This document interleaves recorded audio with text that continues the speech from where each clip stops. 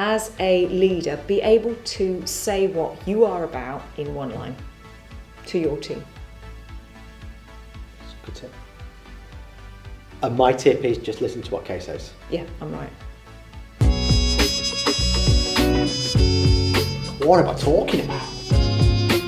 Bloody ridiculous. I think it started, by the way. Have you started?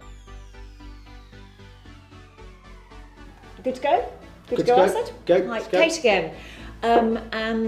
This time we thought we would talk about a topic closely related to growth, which we've spoken about before, and that is something dear to my heart, which is how we keep a small company culture, a microculture, as we get older, and avoid that classic thing where a really friendly and relaxed and effective, thereby team, becomes something, a sort of corporate juggernaut. Yeah. So far, so good for us.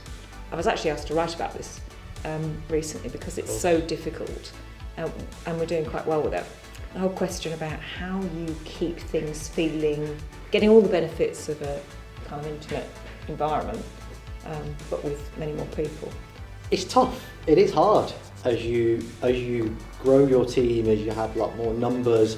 We're spread across different offices, and people are on site, and it's tough to maintain that culture. But we have some bits in place. We try and get together as often as we can. We have team lunches, little things like having a pool table where people could just take 10 minutes, 5 minutes to just break away from what they're doing. Isn't that a bit of a classic though? I mean, big companies can have free fruit Fridays or pool tables, or they can. That to me isn't the heart of what makes it difficult about the size.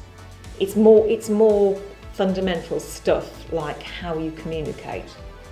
It's very difficult. So for example, when you used to make decisions, I mean, you didn't need to communicate stuff because you were just sort of 3-4 man band, and everyone just knew. Everybody knew. But it starts to be the point where accidentally, perhaps everybody in your team doesn't know everything unless you bother to remember to tell them. That's your first step. Yeah. And then beyond that, you've got to bother to remember to tell somebody else to tell somebody else. Yeah. But then again, not everybody needs to know everything. And that's part of it, isn't it? Yeah. That's part of it. And how do you balance that against, people start to feel, ooh, life didn't used to be like this. Yeah.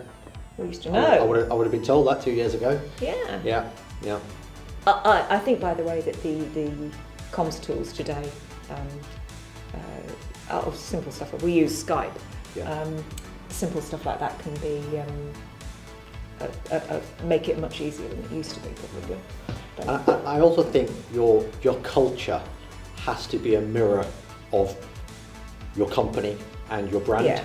I do feel that right now the energy in our team, the innovation in our team, the fit, the purpose everybody has really fits well with what I think our company brand is. I think it's taken a while for us to get there.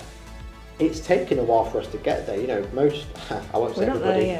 A lot. The majority of the guys here have very nice things to say about us. They probably will do on camera, certainly, but even behind our backs, I think they say very positive things about us, about the culture we have here, about everybody does. The ease of fitting into this company. And I think it that's from the top down, isn't it? It's from the top down. Yeah.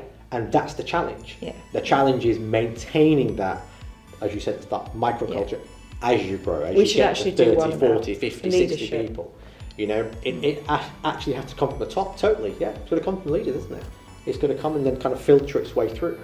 I think that is probably one of the greatest clues about how to grow and keep it feeling the same.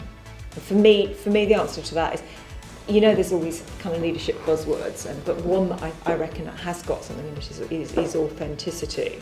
Yeah. Because I think that probably one of the things that helps us is being very, very consistent with your behaviours and what you say. Yeah. So I've got absolutely no problem with clients hearing the same thing come out of my mouth, probably too much of it, as our team. Absolutely. I think that makes it much easier. Consistency. I think we're doing a decent job. I think we're doing a decent job so far. The proof is obviously in the pudding. I'm really interested to hear what you guys have got to say about this. What issues you've had growing your team from startup to maybe 20, 10, 15, 100 people. Have you had problems kind of maintaining that culture, that fun, the energy, the innovation as you've grown? So please comment, let us know. Maybe there's topics that you'd like us to talk about. We're not saying we've got all the best topics here. See you next week. Thank you. Thank you.